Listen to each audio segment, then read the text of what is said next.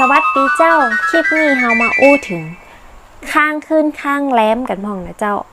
ว่าเลิกงามยามดีเปิ้นห้องว่าจะได้นะเจ้าบ่ว่าขึ้นหรือแหลมก็จะใจคล้ายๆกันนะเจ้าเริ่มกันเลยเนาะ1 คำเปิ้นห้องว่าขี่จ้างแก้วขึ้นสู่โรงทำความหมายเดินทางกับปลอดภัยประสบความสำเร็จหากต้องการลาภยศสิ่งที่ปรารถนาทำวันนี้นะเจ้าได้ทุกอย่างที่ปรารถนาเลย2 คำห้องว่าฟังธรรมกลางป่าจ้าความหมายคือวันนี้เปิ้นว่าเป็นวันที่บ่ดีต้องการประสบความสำเร็จวันเนี้ยจะมีอุปสรรคต้องฝ่าฟันเยอะแยะมากมายเลยการเดินทางปลอดภัยแต่มีอุปสรรคขาดคนอุปการะอุปถัมภ์3 คำล้างมือถ้าคอยกินวันนี้เป็นวันดีเนี่ยอะหยังกับประสบความสำเร็จไปยมด4 คำนอนปลายตีนตากแดดหมายความว่าวันเนี่ยบ่ควรจะเนี่ยอะหยังบ่ควรเริ่มทำสิ่งต่างๆบ่ว่าจะเป็นขึ้นบ้านหาลาภยศจื่อกระบอกอยู่แล้วว่าห้ามเดินทาง5 คำผีแวดล้อมปองเอาความหมายคือวันนี้จะมีอิทธิพลจากสิ่งที่พอบ่หันเป็นพูดผีปีศาจจากสิ่งแวดล้อมจะคอยรังควานวันนี้บ่ควรเดินทางหรือทำการมงคลใดๆ6 คำลงสะเป่าไปก้าเปิ้นว่าวันนี้เป็นวันดีเหมาะแก่การแสวงหาผลประโยชน์ลาภผลการเจรจาติดต่อการค้าต่างๆจะประสบความสำเร็จ7 คำเคาะอยู่หน้าตาจนหมายความว่าห้ามทำการมงคลใดๆหรือว่าจะเดินทางจะมีอุปสรรคจะเผชิญจนเลือดตกยางออก8 คำสารวนบ่เมียน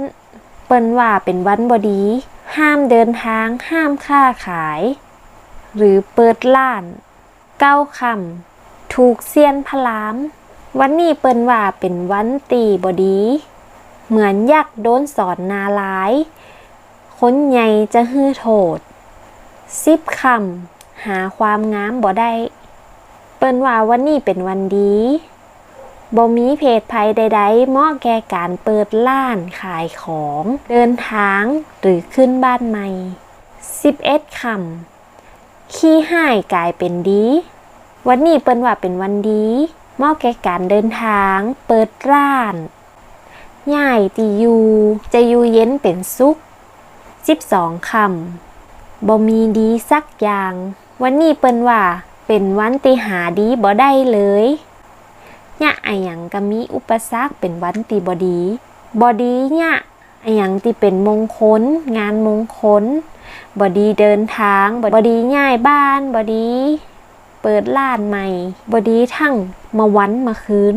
13 คำใจยะปราบจมปูวันนี้เป็นวันดีวันแก่กันทำสิ่งมงคลทุกชนิดจะชนะอุปสรรคทั้งปวงบ่ว่าอะหยังกะประสบความสำเร็จ14 คำศัตรูปองฆ่าวันนี้เป็นวันบ่ดีบ่ควรจะเนี่ยสิ่งมงคลต่างๆบ่ดีออกเดินทางจะพบศัตรูขู่อาฆาตถ้าขึ้นบ้านใหม่ก็จะเนี่ยฮือทะเลาะเบาะแว้งกันบ่ดี15 คำถูกแม่ผีหลวงวายชีวาบ่คืนหมายความว่าห้ามพิเศษเลยนะวันเนี้ยห้ามเนี่ยอะหยังทั้งสิ้นสิ่งมงคลทั้งหลายบ่ควรทำในวันนี้สรุปวันดีนะเจ้าก็จะมี1 คำ3 คำ6 คำ11 คำ13 คำอันนี้คือวันดีนะเจ้าตามความเชื่อของล้านนา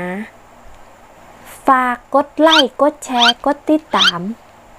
กดกระดิ่งให้อีแม่ด้วยนะเจ้าจะได้บ่พลาดคลิปใหม่ๆคลิปนี้ไปละเจ้าบ๊ายบาย